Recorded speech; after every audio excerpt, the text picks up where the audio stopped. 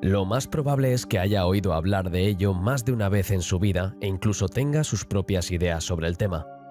Pero para las agencias espaciales de todo el mundo, los futuristas y las empresas aeroespaciales privadas, la idea de colonizar la Luna no es una cuestión de sí, sino de cuándo y cómo. Para algunos, establecer una presencia humana permanente en la Luna es una cuestión de destino, mientras que para otros es una cuestión de supervivencia. En las últimas décadas se han desempolvado y actualizado muchos planes. ¿Qué haría falta para establecer una presencia humana permanente en la Luna?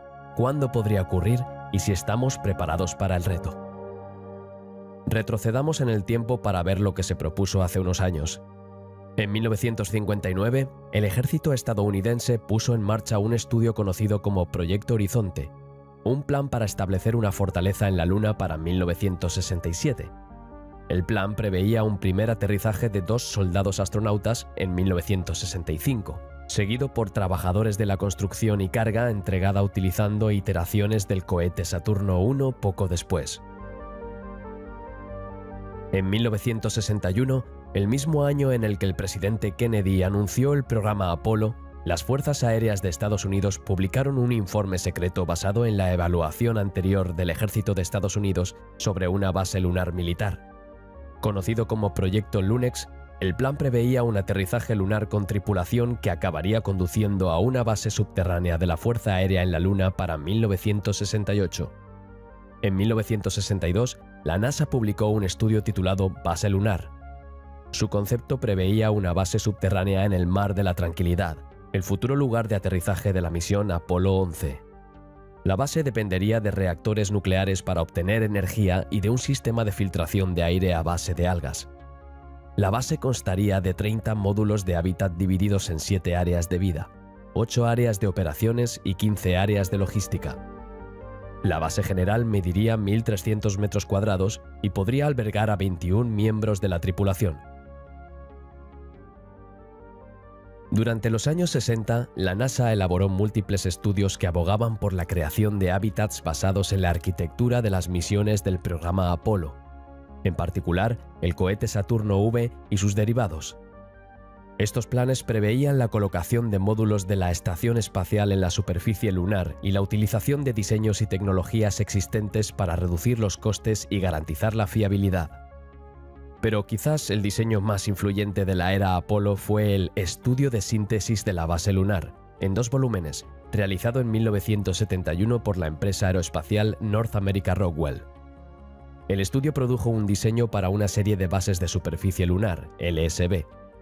En los últimos años, varias agencias espaciales han redactado propuestas para construir colonias en la Luna. En 2016, la ESA propuso la creación de una aldea internacional en la Luna como sucesora de la Estación Espacial Internacional. La creación de esta aldea se basaría en las mismas asociaciones interinstitucionales que la ISS, así como asociaciones entre gobiernos e intereses privados. Ni qué decir tiene que la creación de una colonia lunar supondría un enorme compromiso de tiempo, recursos y energía. Aunque el desarrollo de cohetes reutilizables y otras medidas reducen los costes de los lanzamientos individuales, el envío de cargas útiles a la Luna sigue siendo una empresa muy costosa, especialmente cuando se requieren varios lanzamientos pesados. También hay que tener en cuenta los numerosos riesgos naturales de vivir en un cuerpo como la Luna. Entre ellas se encuentran las temperaturas extremas, donde el lado soleado experimenta máximas de 117 grados Celsius, mientras que el lado oscuro experimenta mínimas de menos 43 grados Celsius. La mayor parte de la superficie lunar también está expuesta a impactos de meteoritos y micrometeoritos. La Luna también tiene una atmósfera tenue, está prácticamente vacía. Esta es una de las razones por las que la Luna atraviesa temperaturas tan extremas y por las que la superficie está llena de impactos. También significa que todos los asentamientos tendrán que ser herméticos, estar presurizados y aislados del entorno exterior. La ausencia de una atmósfera, así como de una magnetosfera, también significa que la superficie está expuesta a mucha más radiación de la que estamos acostumbrados aquí en la Tierra. Esto incluye la radiación solar, que empeora mucho durante un evento solar, y los rayos cósmicos. Desde el comienzo de la era espacial, ha habido muchas propuestas sobre cómo y dónde podría construirse una colonia lunar, en lugares de especial importancia, ya que cualquier asentamiento tendría que ofrecer cierto grado de protección contra los elementos. Como dice el refrán, las tres consideraciones más importantes en el sector inmobiliario son ubicación, ubicación y ubicación. Por esta razón, a lo largo de los años ha habido múltiples propuestas para construir hábitats lunares en lugares que proporcionen protección o contención natural. Actualmente, la más popular es la cuenca de Aitken en el Polo Sur, una región de impacto masivo alrededor de la región polar sur de la Luna que está fuertemente craterizada. Uno de los principales atractivos de esta región es que está permanentemente a la sombra, lo que significa que tiene temperaturas mucho más estables. Además, varias misiones han confirmado la presencia de hielo de agua en la región, que podría cosecharse para fabricar todo a partir de hidrógeno, desde el combustible hasta el oxígeno, pasando por el agua potable y de riego. Más allá de eso, cualquier intento de colonización de la Luna tendrá que aprovechar tecnologías como la impresión en 3D, los robots, etc. Las bases también deberán construirse y abastecerse, en la medida de lo posible, con recursos locales. La NASA y la ESA llevan muchos años explorando el concepto y ambas han elaborado sus propios métodos para convertir el regolito lunar y otros recursos en materiales utilizables. Por ejemplo, desde 2013, la ESA trabaja en el diseño de su Villa Lunar Internacional.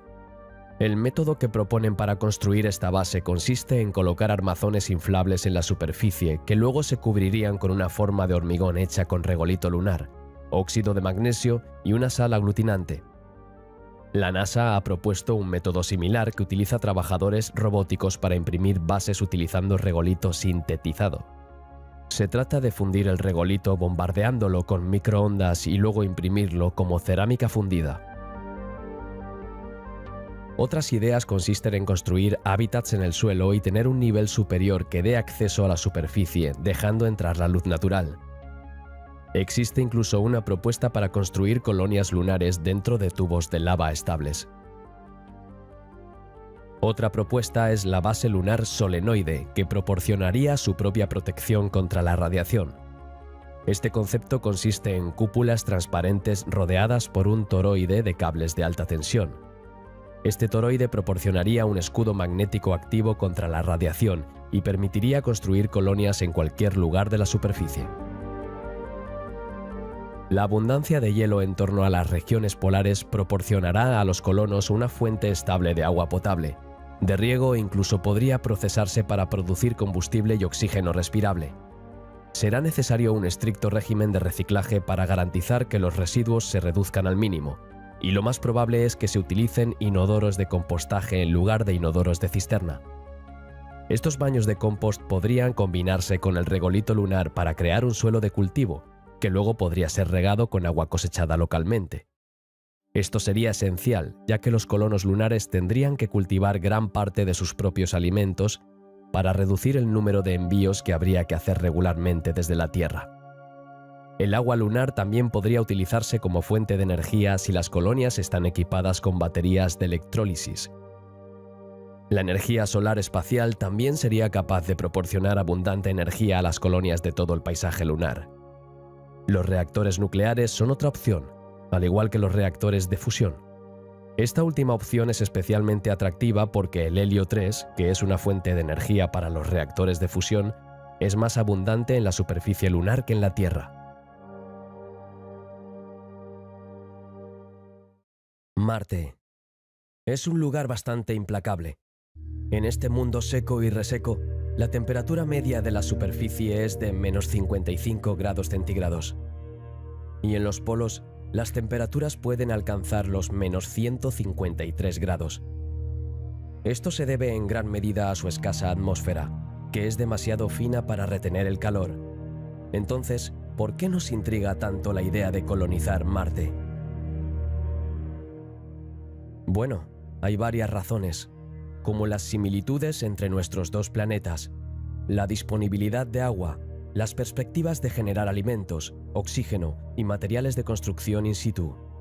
E incluso hay beneficios a largo plazo si se utiliza Marte como fuente de materias primas y se convierte en un entorno habitable. La misión tripulada propuesta por la NASA a Marte, que se espera que tenga lugar en la década de 2030 utilizando el vehículo de tripulación multipropósito MPCV, Orión y el sistema de lanzamiento espacial SLS, no es la única propuesta para enviar humanos al planeta rojo. Además de otras agencias espaciales federales, también hay proyectos de empresas privadas y organizaciones sin ánimo de lucro, algunos de los cuales son mucho más ambiciosos que la simple exploración. La Agencia Espacial Europea tiene planes a largo plazo para enviar seres humanos, aunque todavía no ha construido una nave espacial tripulada. Roscosmos, la Agencia Espacial Federal rusa, también está planeando una misión tripulada a Marte, con simulaciones, llamada Marte 500, realizadas en Rusia en 2011. La ESA también participa actualmente en estas simulaciones. En 2014, la NASA anunció su apoyo provisional al diseño de la misión asequible a Marte de Boeing. El perfil de la misión, prevista actualmente para la década de 2030, incluye planes de protección contra la radiación, gravedad artificial centrífuga, reabastecimiento de combustibles en tránsito y un módulo de aterrizaje de retorno. Elon Musk, consejero delegado de SpaceX y Tesla, también ha anunciado planes para establecer una colonia en Marte con una población de 80.000 personas. Recientemente, Musk declaró que el primer vuelo tripulado a Marte tendría lugar dentro de una década, por lo que podemos esperar ver a los primeros marcianos a principios de 2030. Puede llegar un día en que, tras generaciones de terraformación y muchas oleadas de colonos, Marte también empiece a tener una economía viable.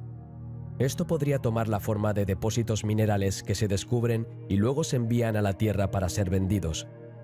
Pero según Musk, el escenario más probable, al menos en un futuro próximo, sería una economía basada en el sector inmobiliario. Con la explosión de la población humana en toda la Tierra, un nuevo destino que ofrezca mucho espacio para crecer puede parecer una buena inversión. Una vez que se resuelvan los problemas de transporte, los inversores inteligentes probablemente empezarán a comprar terrenos. Además, es probable que haya un mercado para la investigación científica en Marte en los próximos siglos.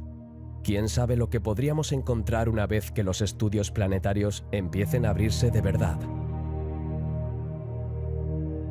Con el tiempo, muchas o todas las dificultades de vivir en Marte podrían superarse mediante la aplicación de la terraformación.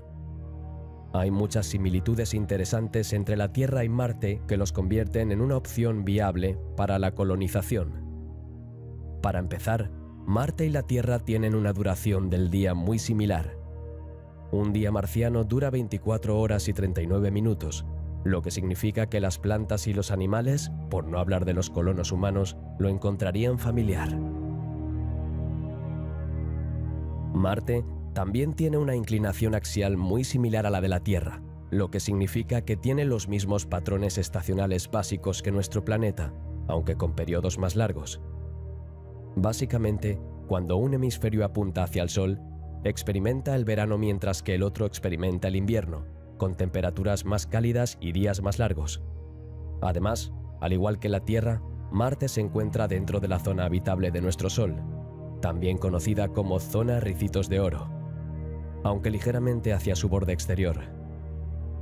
Venus también se encuentra en esta zona, pero su ubicación en el borde interior, combinada con su gruesa atmósfera, le ha llevado a ser el planeta más caliente del sistema solar.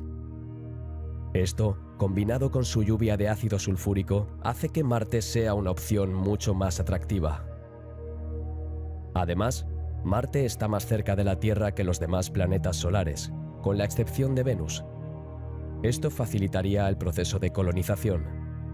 De hecho, cada pocos años, cuando la Tierra y Marte están en oposición, es decir, cuando están más cerca el uno del otro, la distancia varía, lo que hace que ciertas ventanas de lanzamiento sean ideales para enviar colonos. Además, Marte tiene vastas reservas de agua en forma de hielo. La mayor parte de este hielo de agua se encuentra en las regiones polares, pero los estudios de los meteoritos marcianos han sugerido que gran parte puede estar también encerrada bajo la superficie. Esta agua podría extraerse y purificarse para el consumo humano con bastante facilidad. En lugar de traer todos sus suministros desde la Tierra, como los habitantes de la Estación Espacial Internacional, los futuros colonos podrían fabricar su propio aire, agua e incluso combustible, dividiendo el agua marciana en oxígeno e hidrógeno. Los experimentos preliminares han demostrado que el suelo de Marte podría convertirse en ladrillos para crear estructuras de protección, reduciendo la cantidad de material que hay que transportar a la superficie. Las plantas terrestres también podrían cultivarse en el suelo marciano, suponiendo que reciban suficiente luz solar y dióxido de carbono. Pero, ¿en qué parte de Marte vamos a empezar a colonizar? Hay dos tipos principales de lugares que atraen la atención como posibles lugares de colonización: las cuevas en las regiones ecuatoriales y los túneles de lava. Mars Odyssey descubrió lo que parecía ser la entrada a unas cuevas en Arsia Mons. La hipótesis es que los colonos podrían beneficiarse del refugio que estas cuevas o estructuras similares podrían ofrecer contra la radiación y los micrometeoritos. La energía geotérmica también podría estar presente en las regiones ecuatoriales. A pesar de las ventajas que hemos visto, la colonización del planeta rojo también presenta algunos retos bastante monumentales. Para empezar, está la cuestión de la temperatura media de la superficie, que es cualquier cosa menos hospitalaria. Mientras que las temperaturas en torno al Ecuador pueden alcanzar unos agradables 20 grados centígrados al mediodía, en el emplazamiento del Curiosity, el cráter Gale, que está cerca del Ecuador, las temperaturas nocturnas típicas son de hasta menos 70 grados. Además, la gravedad en Marte es solo un 40% de la que tenemos en la Tierra, lo que dificultaría bastante la adaptación. Según un informe de la NASA, los efectos de la ingravidez en el cuerpo humano son importantes, con una pérdida de hasta el 5% de la masa muscular por semana y del 1% de la densidad ósea por mes. Naturalmente, estas pérdidas serían menores en la superficie de Marte, donde hay al menos algo de gravedad. Pero los colonos permanentes tendrían que hacer esfuerzos adicionales para superar los problemas de degeneración muscular y osteoporosis a largo plazo. Y luego está la atmósfera, que es irrespirable. Alrededor del 95% de la atmósfera del planeta es dióxido de carbono, lo que significa que, además de producir aire respirable para sus hábitats, los colonos no podrían salir al exterior sin un traje a presión y oxígeno embotellado. Marte también carece de un campo magnético global comparable al campo geomagnético de la Tierra. Esto, combinado con una atmósfera delgada, significa que una cantidad significativa de radiación ionizante llega a la superficie marciana. Gracias a las mediciones realizadas por la nave espacial Mars Odyssey, los científicos han averiguado que los niveles de radiación en la órbita de Marte son 2,5 veces superiores a los de la Estación Espacial Internacional. Los niveles en la superficie serían más bajos, pero todavía más altos de lo que los humanos están acostumbrados. En resumen, los retos para crear un asentamiento permanente en Marte son muchos, pero no necesariamente insuperables. Y si decidimos, como individuos y como especie, que Marte se convierta en un segundo hogar para la humanidad, sin duda encontraremos formas creativas de abordarlas todas. ¿Quién sabe? Un día, quizás incluso en nuestra vida, puede haber marcianos de verdad.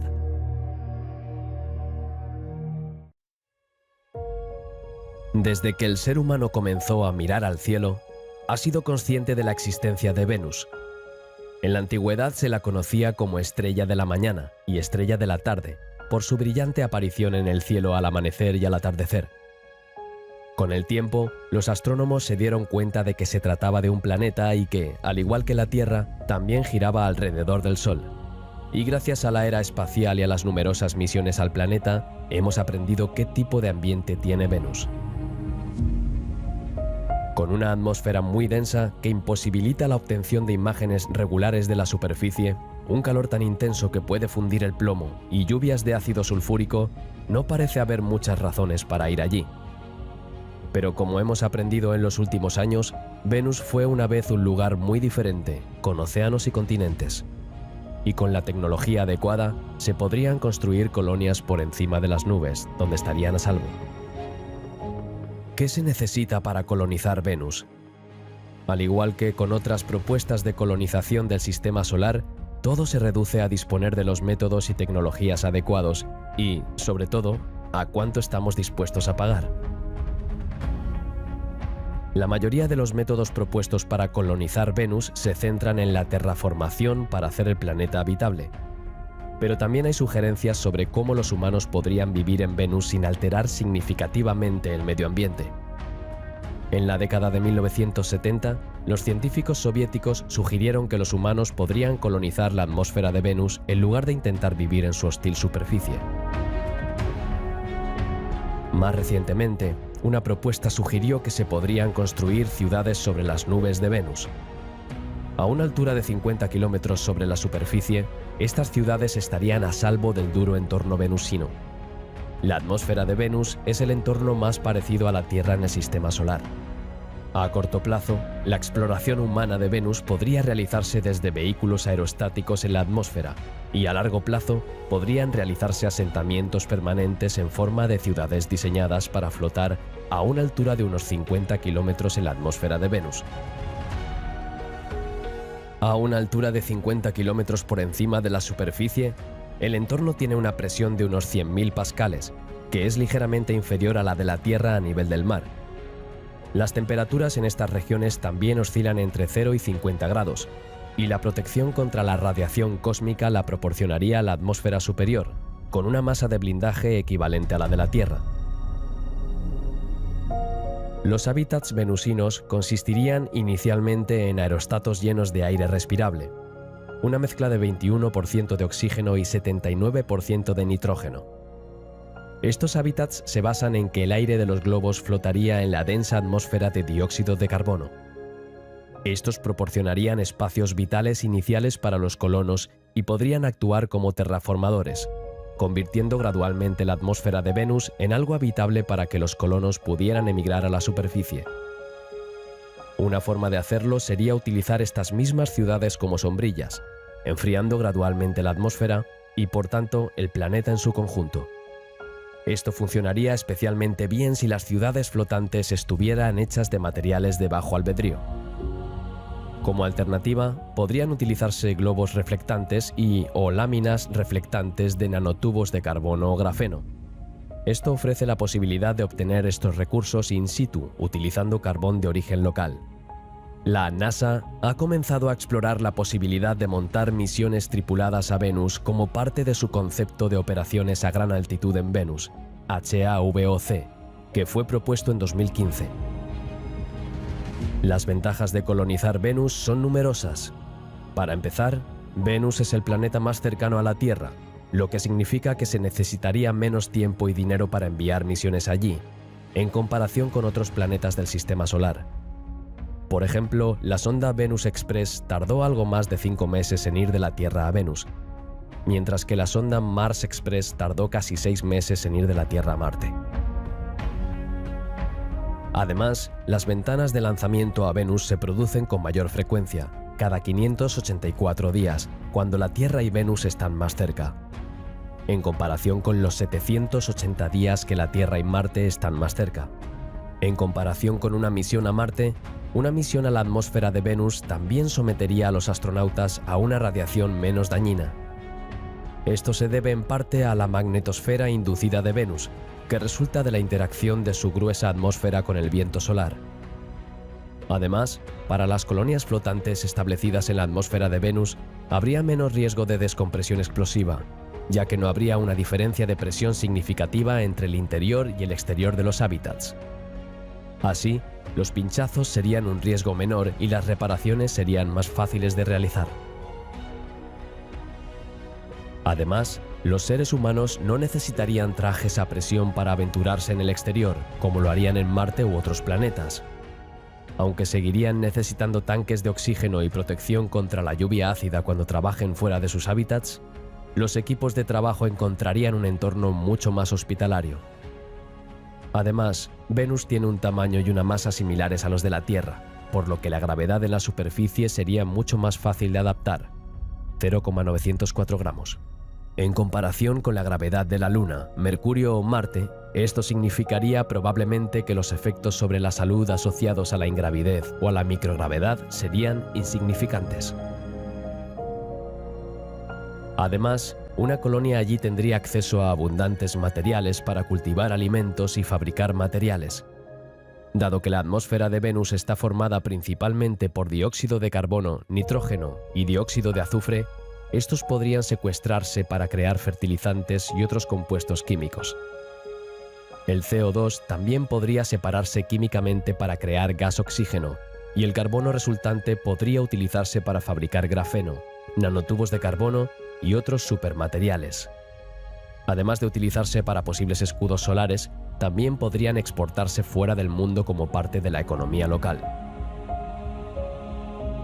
Por supuesto, la colonización de un planeta como Venus también conlleva sus dificultades.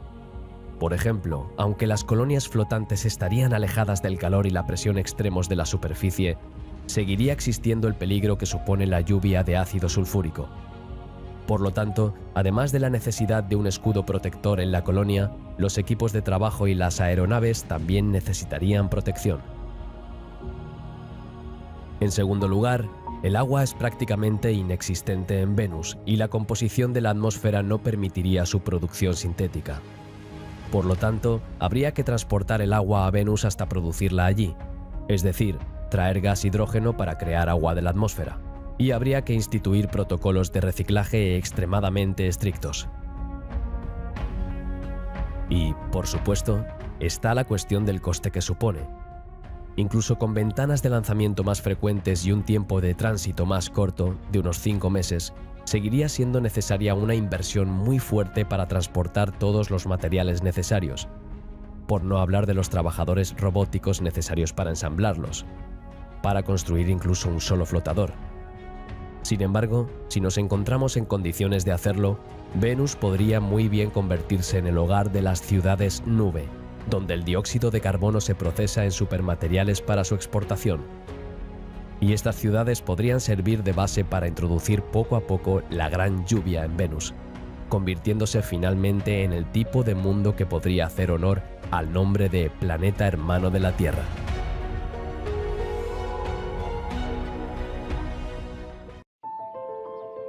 La humanidad lleva mucho tiempo soñando con establecerse en otros mundos, incluso antes de ir al espacio. En contra de lo que se podría pensar, el planeta más cercano a nuestro Sol es, de hecho, un candidato potencial para la colonización. Aunque tiene temperaturas extremas que van desde el calor que podría cocinar instantáneamente a un ser humano hasta el frío que podría congelar la carne en segundos, Mercurio es un objetivo potencial para una colonia. Existen varias posibilidades para una colonia en Mercurio, debido a la naturaleza de su rotación, órbita, composición e historia geológica. Por ejemplo, el lento periodo de rotación de Mercurio hace que un lado del planeta esté orientado hacia el Sol durante largos periodos de tiempo, alcanzando temperaturas máximas de 427 grados Celsius, mientras que el lado opuesto experimenta un frío extremo de 193 grados. Además, el rápido periodo orbital del planeta, de 88 días, combinado con su periodo de rotación sideral, de 59 días, significa que el Sol tarda unos 176 días terrestres en volver al mismo lugar del cielo.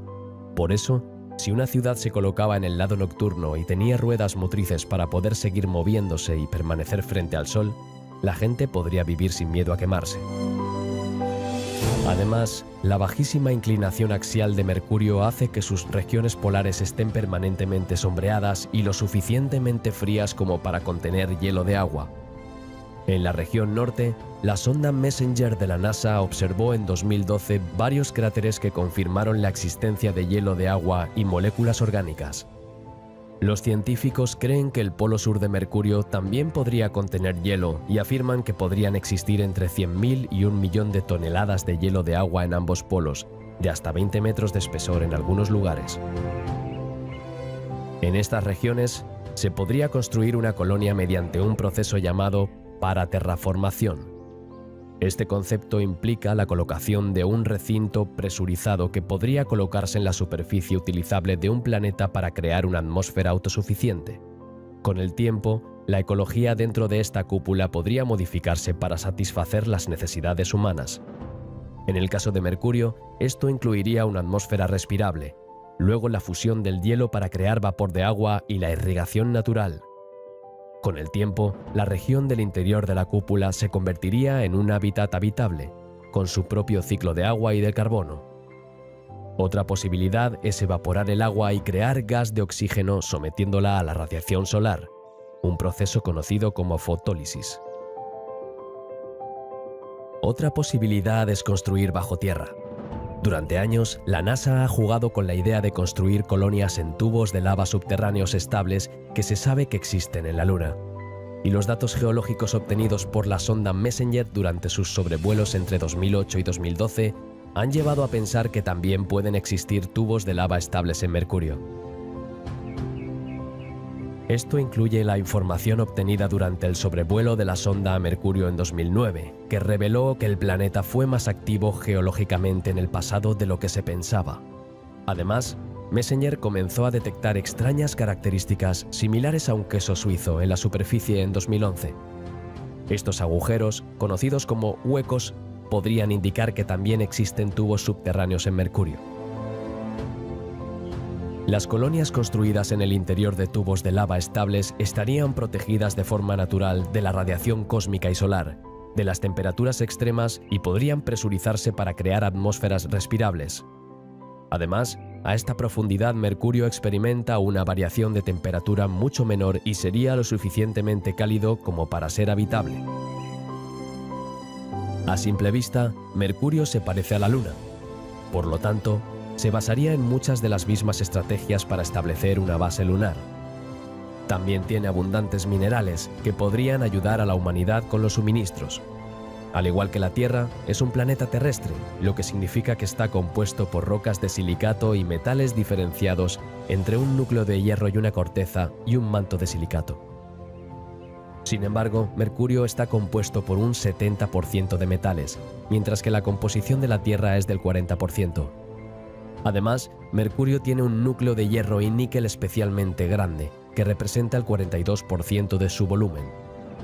En comparación, el núcleo de la Tierra solo representa el 17% de su volumen.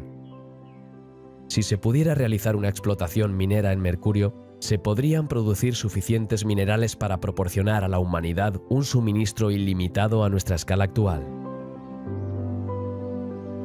Su proximidad al Sol también significa que Mercurio podría aprovechar una enorme cantidad de energía. Esta energía podría ser recogida por paneles solares en órbita, que podrían aprovechar la energía continuamente y enviarla a la superficie. Esta energía podría transmitirse a otros planetas del sistema solar mediante una serie de estaciones de transferencia situadas en los puntos de Lagrange. También está la cuestión de la gravedad de Mercurio, que es del 38% de la gravedad de la Tierra. Esta cifra es más del doble que la de la Luna, lo que significa que los colonos tendrían más facilidad para adaptarse a ella. Al mismo tiempo, la gravedad es lo suficientemente baja como para ofrecer ventajas para la exportación de minerales, ya que las naves que salgan de la superficie necesitarían menos energía para librarse de la atracción de Mercurio. Por último, la distancia Tierra-Mercurio es muy interesante. Además, Mercurio alcanza su punto más cercano a la Tierra cada 116 días, lo que es significativamente más corto que el de Venus o Marte. Básicamente, las misiones a Mercurio podrían lanzarse casi cada 4 meses, mientras que las ventanas de lanzamiento a Venus y Marte deberían tener lugar cada 19 y 26 meses respectivamente. En cuanto al tiempo de viaje, se han montado varias misiones en Mercurio, lo que puede darnos una estimación aproximada de lo que podría tardar. Por ejemplo, la sonda espacial a Mercurio, la Mariner 10 de la NASA, tardó unos 147 días en llegar. Por supuesto, los barcos utilizados serían más grandes y tardarían más tiempo o utilizarían una tecnología de propulsión más avanzada. Por supuesto, una colonia en Mercurio seguiría siendo un gran desafío, tanto económica como tecnológicamente. El coste de establecer una colonia en cualquier lugar del planeta sería enorme y requeriría el envío de abundantes materiales desde la Tierra o su extracción in situ. En cualquier caso, una operación de este tipo requeriría una gran flota de naves espaciales capaces de realizar el viaje en un tiempo aceptable. Esta flota no existe todavía y el coste de desarrollarla y la infraestructura asociada para llevar todos los recursos y suministros necesarios a Mercurio sería enorme. El recurso a los robots y a la utilización de recursos in situ, ISRU, reduciría sin duda los costes y la cantidad de materiales que habría que transportar. Pero estos robots y sus operaciones tendrían que estar protegidos de la radiación y de las erupciones solares hasta que hicieran el trabajo. E incluso después de completar la colonia, los propios colonos tendrían que lidiar con los peligros siempre presentes de la exposición a la radiación, la descompresión y los extremos de calor y frío. Por ello, si se estableciera una colonia en Mercurio, dependería en gran medida de su tecnología. Además, hasta que la colonia sea autosuficiente, los que vivan allí dependerán de los envíos de suministros que tendrán que venir regularmente de la Tierra. Una vez que se desarrolle la tecnología necesaria y se encuentre una forma rentable de crear una o más colonias en Mercurio, estas colonias podrían proporcionarnos energía y minerales casi ilimitados, junto con un nuevo grupo de vecinos humanos llamados hermianos.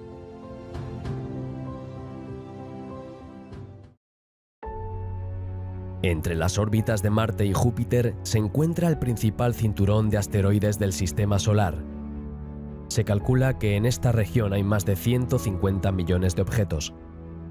El mayor de ellos es el planeta enano Ceres, el único cuerpo del cinturón principal lo suficientemente grande, 940 kilómetros de diámetro, como para haber sufrido un equilibrio hidrostático, convertirse en esférico. Debido a su interesante ubicación y a las comodidades que posee este planeta enano, algunos han propuesto que establezcamos una colonia en Ceres. Esto podría servir como base para las empresas de minería de asteroides, así como un puesto avanzado de la civilización humana, que podría facilitar la expansión de la humanidad más allá del Sistema Solar. Pero, ¿podría existir realmente una colonia en la superficie helada de Ceres? ¿Y qué haría falta para crear y mantener dicha colonia? La colonización de Ceres utilizaría algunos de los métodos utilizados para establecer colonias en la Luna, Mercurio y los satélites de Júpiter y Saturno. Básicamente, se trata de establecer estructuras optimizadas para cuerpos poco o nada atmosféricos y sometidos a temperaturas extremas, es decir, infraestructuras presurizadas, herméticas y muy aisladas. Estas podrían establecerse en cráteres de impacto que luego podrían sellarse con un accesorio de cúpula. El regolito extraído del cinturón de asteroides podría utilizarse para imprimir en 3D una capa base junto al hielo y luego imprimir las estructuras. El hielo y las moléculas orgánicas podrían cosecharse localmente para proporcionar agua y nutrientes que, combinados con el regolito, proporcionarían el suelo necesario para cultivar alimentos. Otra posibilidad es establecer una colonia en la corteza helada del planeta. Esto sería muy beneficioso si los ingenieros intentaran acelerar la rotación de Ceres, aunque esto es un gran desafío en sí mismo. Con el eje vertical de las colonias apuntando hacia el centro de Ceres, esta rotación generaría una fuerza centrífuga que proporcionaría gravedad artificial. Con la disponibilidad local de hielo o de agua, minerales, sílice y otras materias primas, podría alcanzarse cierto grado de autosuficiencia con el tiempo. El hecho de que Ceres sea el cuerpo más grande del cinturón de asteroides lo convierte en una buena ubicación para una posible colonia. Podría servir como base principal y centro de transporte para la minería de asteroides, permitiendo que los recursos extraídos del cinturón sean transportados a Marte o a la Tierra. También podría ser un punto de parada y reabastecimiento para las misiones al Sistema Solar exterior. Debido a su baja gravedad, Ceres también tiene una velocidad de escape muy baja, de 0,51 km por segundo. Esto significa que se necesitaría mucho menos empuje y energía para lanzar una nave espacial desde su superficie que con otros cuerpos del Sistema Solar. El transporte hacia y desde Ceres con otros planetas sería, por tanto, mucho más barato y eficiente energéticamente. La rica base de recursos de Ceres también la convierte en una propiedad atractiva. La disponibilidad de hielo de agua, por ejemplo, significa que una colonia podría ser en gran medida autosuficiente, con colonos capaces de proporcionar su propio oxígeno, así como el agua potable y el riego. La presencia de metano y amoníaco también podría utilizarse para fabricar combustible, gas nitrógeno o exportarse para ayudar a terraformar planetas como Marte y Venus. La presencia de estos recursos también significa que se podría construir una colonia utilizando los recursos que se cosechan allí. Los recursos de Ceres y del cinturón circundante también significarían que la colonia no necesitaría importar recursos de la Tierra o de otros lugares fuera del cinturón. Aunque es el cuerpo más grande del cinturón principal de asteroides, Ceres es considerablemente más pequeño y menos masivo que la mayoría de los objetos del Sistema Solar. Con un diámetro de 940 kilómetros, Ceres tiene aproximadamente la mitad del tamaño de la Luna. Pero como Ceres está compuesto en gran parte por hielo de agua y material menos denso, solo tiene el 1% de la masa de la Luna. El resultado es una gravedad superficial muy baja, de aproximadamente el 3% de la Tierra. Esto significaría que las personas que viven en la superficie de Ceres estarían en un estado casi ingrávido todo el tiempo. Como resultado, experimentarían efectos fisiológicos muy similares a los que experimentan los astronautas durante las estancias de larga duración en la ISS. Entre ellos se encuentran la pérdida de masa muscular, la pérdida de densidad ósea, el deterioro de la visión, la reducción del funcionamiento de los órganos, los problemas cardiovasculares e incluso los efectos psicológicos. Por ello, se necesitarían tratamientos médicos o alguna forma de gravedad artificial, centrifugadoras o aumento de la rotación, por ejemplo, para que los colonos no tengan que limitar su tiempo en Ceres. Y, por supuesto, está el considerable gasto que supone la colonización del cuerpo. Si bien los recursos necesarios podrían ser cosechados localmente, se necesitarían naves capaces de realizar misiones de larga duración en el espacio profundo antes de poder considerarlas. Probablemente se trate de conceptos de propulsión nuclear térmica o nuclear eléctrica, o quizás algo más avanzado. También es probable que cualquier intento de establecer una base permanente en el cinturón principal de asteroides tenga que esperar a que se construya primero la infraestructura en la Luna, Marte y todos los lugares intermedios. Cualquier intento de colonizar el cinturón principal de asteroides sería, por otra parte, prohibitivamente caro y probablemente se colapsaría antes de que las futuras misiones pudieran alcanzarlo y reabastecerlo. Pero a medida que pasa el tiempo y se establecen colonias más cerca de la Tierra, una colonia en Ceres sería el siguiente paso lógico. Esto no solo abriría el cinturón principal de asteroides a la explotación económica, sino que también serviría de trampolín hacia el sistema solar exterior, lo que podría llevar al establecimiento de colonias en las lunas de Júpiter y más allá.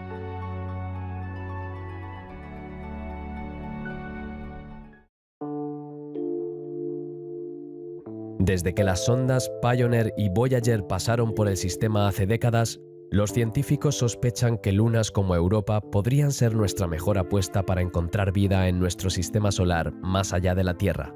Y debido a la presencia de hielo de agua, océanos interiores, minerales y moléculas orgánicas, se ha especulado que la humanidad podría establecer algún día colonias en uno o más de estos mundos. Desde que las sondas Voyager pasaron por el sistema joviano, ha habido varias propuestas de misiones tripuladas a las lunas de Júpiter e incluso el establecimiento de colonias. Por ejemplo, en 1994 se creó la empresa privada de vuelos espaciales conocida como Proyecto Artemis, con el objetivo de colonizar la Luna en el siglo XXI. Pero en 1997 también elaboraron planes para colonizar Europa, que incluían el establecimiento de iglús en la superficie. Estas servían de base para los científicos que luego excavarían en la corteza de hielo de la Luna para explorar el océano subterráneo. En este plan también se discutió el posible uso de bolsas de aire en la capa de hielo para la habitabilidad humana a largo plazo. En 2003, la NASA elaboró un estudio llamado HOPE que analizaba la futura exploración del sistema solar. Debido a su distancia de Júpiter y por tanto a la baja exposición a la radiación, el destino de este estudio fue la luna Calisto. El plan era comenzar a operar en 2045. Esto comenzaría con la creación de una base en Calisto, donde los equipos científicos podrían operar a distancia un submarino robótico que se utilizaría para explorar el océano interior de Europa. Estos equipos científicos también excavarían muestras de superficie cerca de su lugar de aterrizaje en Calisto.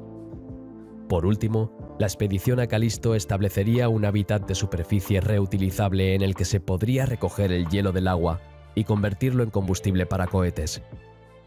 Esta base podría servir como base de reabastecimiento para todas las futuras misiones operativas en el sistema joviano.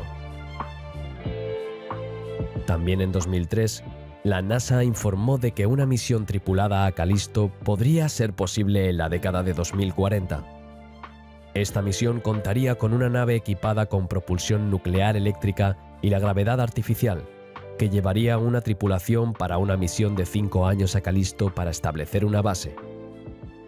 Explotar la atmósfera de los planetas exteriores, incluido Júpiter, para obtener combustible de helio 3. Para ello se necesitaría una base en una o varias lunas de Galilea. La NASA también ha especulado sobre esto, explicando que proporcionaría un suministro ilimitado de combustible para los reactores de fusión aquí en la Tierra y en cualquier otro lugar del sistema solar donde existan colonias. El establecimiento de colonias en las lunas galileanas tiene muchos beneficios potenciales para la humanidad. Por un lado, el sistema joviano es increíblemente rico en compuestos volátiles, que incluyen agua, dióxido de carbono y hielo de amoníaco, así como en moléculas orgánicas. Además, se cree que las lunas de Júpiter también contienen grandes cantidades de agua líquida. Las colonias en las lunas de Júpiter podrían permitir las misiones al propio Júpiter, donde se podría cosechar hidrógeno y helio 3 como combustible nuclear. Las colonias en Europa y Ganímedes también permitirían montar múltiples misiones de exploración en los océanos interiores que tendrían estas lunas. Dado que estos océanos también se consideran algunos de los lugares más probables para la vida extraterrestre en nuestro sistema solar, la oportunidad de examinarlos de cerca sería una bendición para la investigación científica. Las colonias en las lunas de Io, Europa, Ganímedes y Calisto también facilitarían las misiones más allá del sistema solar. Estas colonias podrían servir como puntos de parada y bases de suministro para las misiones hacia y desde el sistema de Saturno, donde se podrían cosechar recursos adicionales. En resumen, las colonias en el sistema joviano proporcionarían a la humanidad acceso a abundantes recursos e inmensas oportunidades de investigación. Por supuesto, estos retos son grandes y numerosos. Entre ellos se encuentran, por ejemplo, la radiación, los efectos a largo plazo de la baja gravedad, los problemas de transporte, la falta de infraestructuras y, por supuesto, el coste total que supone.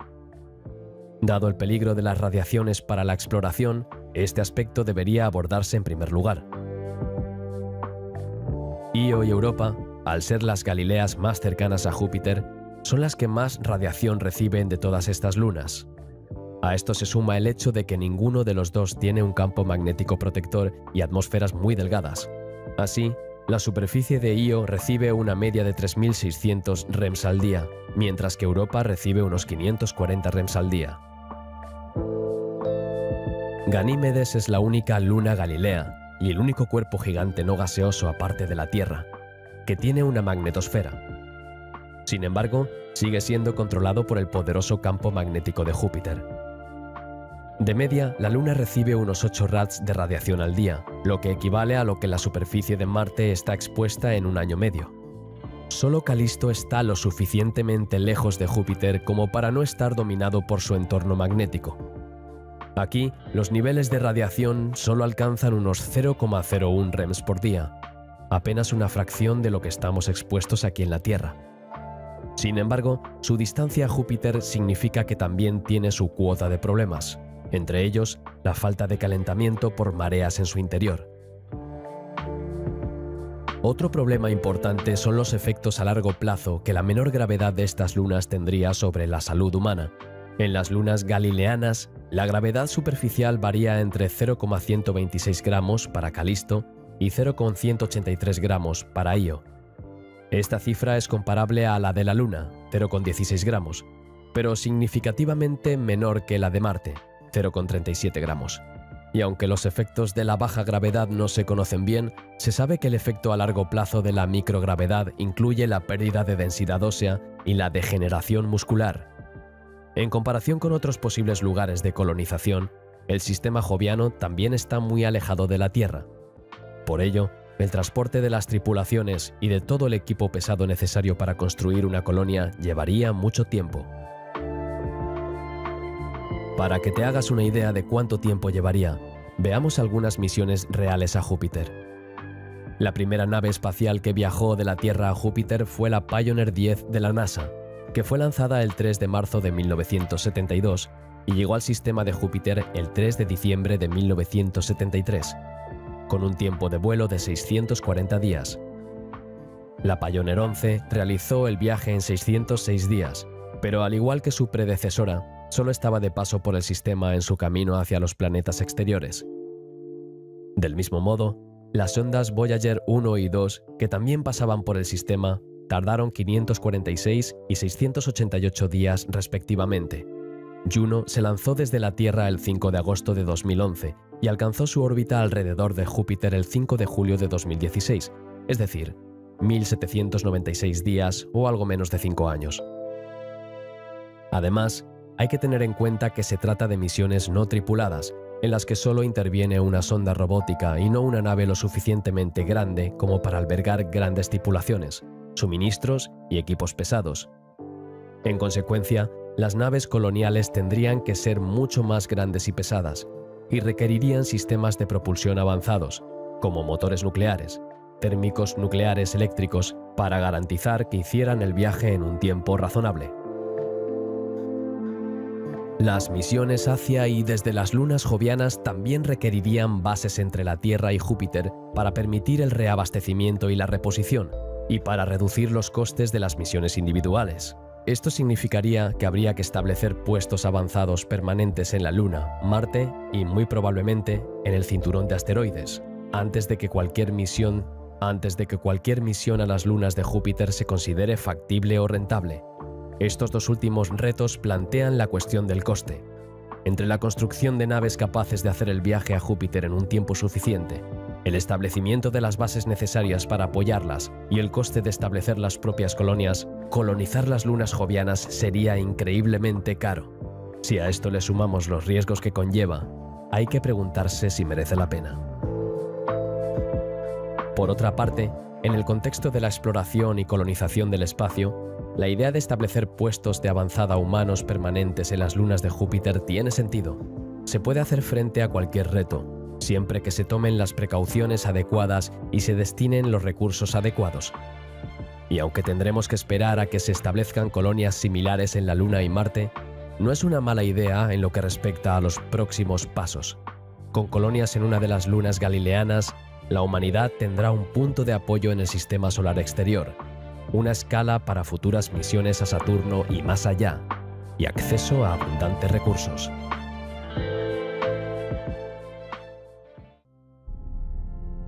Lo que sabemos sobre este sistema ha aumentado drásticamente en las últimas décadas, gracias a misiones como Voyager y Cassini.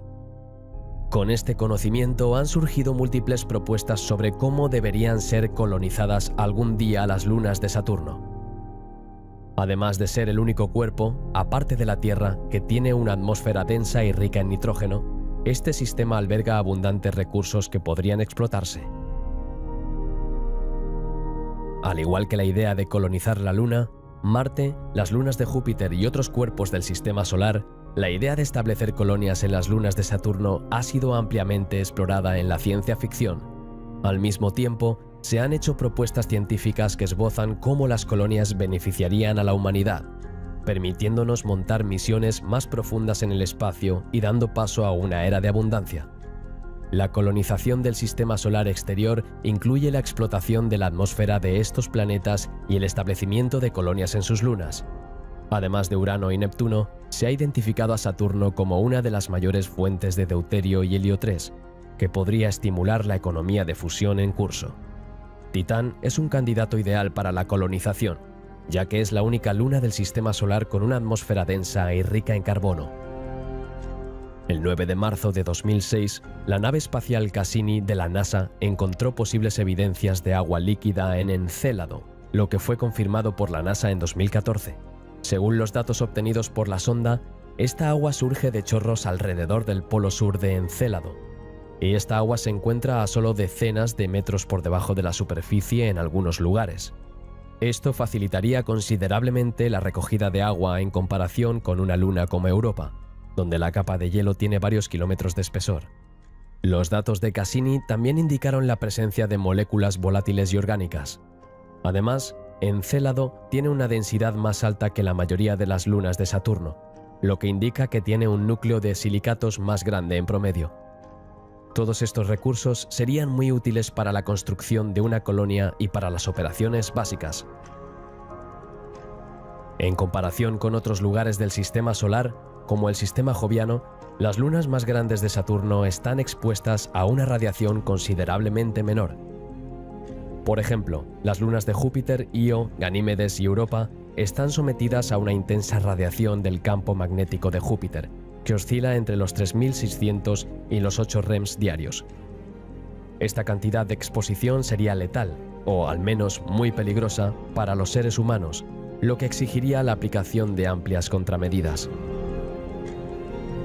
De las lunas más grandes de Saturno, Mimas y Encélado se encuentran en este cinturón, mientras que Dione, Rea, Titán y Japet tienen órbitas que las sitúan justo fuera de los cinturones de radiación de Saturno.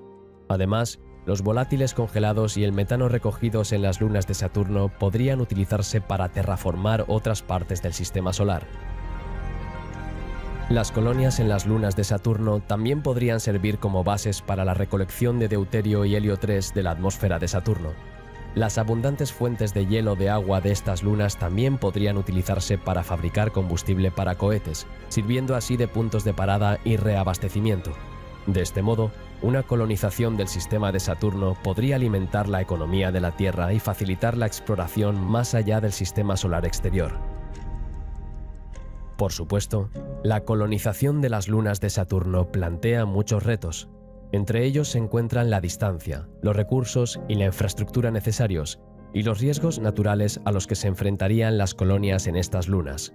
Para empezar, aunque Saturno sea abundante en recursos y esté más cerca de la Tierra que Urano o Neptuno, sigue estando muy lejos.